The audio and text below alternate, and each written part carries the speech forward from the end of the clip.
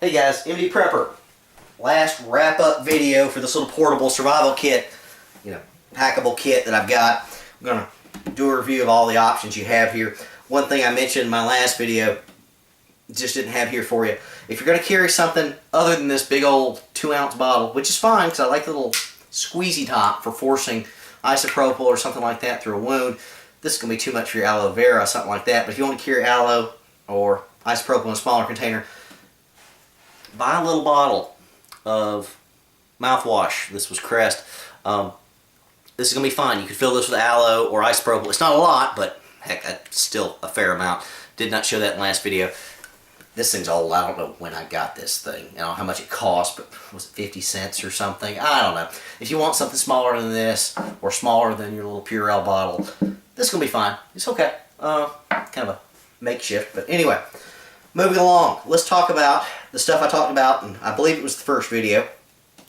This little guide that I read through about, things you might need to deal with. Alright, amputation. Well, you're going to need some ice, you're going to need stuff like that.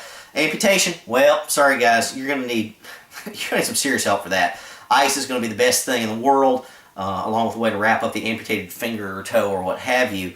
You need to get the heck out of there. Are you going to have ice with you? Maybe not, but once you get back to camp, maybe, the car park, somebody's going to have a cooler there full of ice you can borrow. Well, not borrow, because you're not going to give it back, but somebody will let you have that if the injury's that bad. Next, bleeding. I think we have sufficiently covered that. Breathing problem. This kit will do that. Breathing problems is next. Obviously, if it's anaphylaxis, you've got your EpiPen or your EpiPen Junior or your Benadryl. You need to get the heck out of there and get some help. So you've got your options you need. Broken bones and fractures. Again, you can secure things and all that. I don't carry a splint or anything like that. If I needed to make something to secure a wound, I think I could do that with twigs and limbs and cordage. Burns and scalds, we already talked about that with water and aloe vera. If you need to carry that, I would not do that on a day hike because if there's a forest fire, you probably don't need to be hiking there. Only time you need to worry about burns and scalds, probably in most situations, is if you are camping overnight, so they need the aloe. Chemical burns, again, that's just going to be lots and lots of water. Choking airway obstruction, CPR. That comes back to training. That is not a gear issue at all. Next, cold exposure. Well, you got your trauma blanket here and everything else. Hopefully you know how to handle that. Frostbite, again, a lot of that is skill use. It's not all about getting warm again. It is, but learning how to do it. Heat exhaustion. Again, you got your bandana. Hopefully you got a water bottle.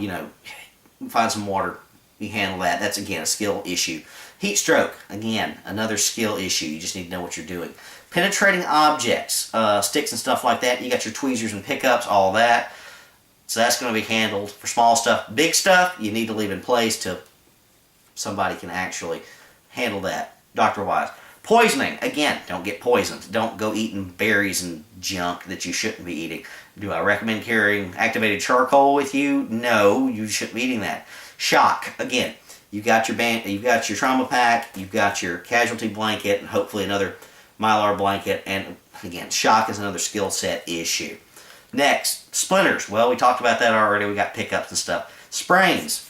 Covered that in the last video, so enough of that.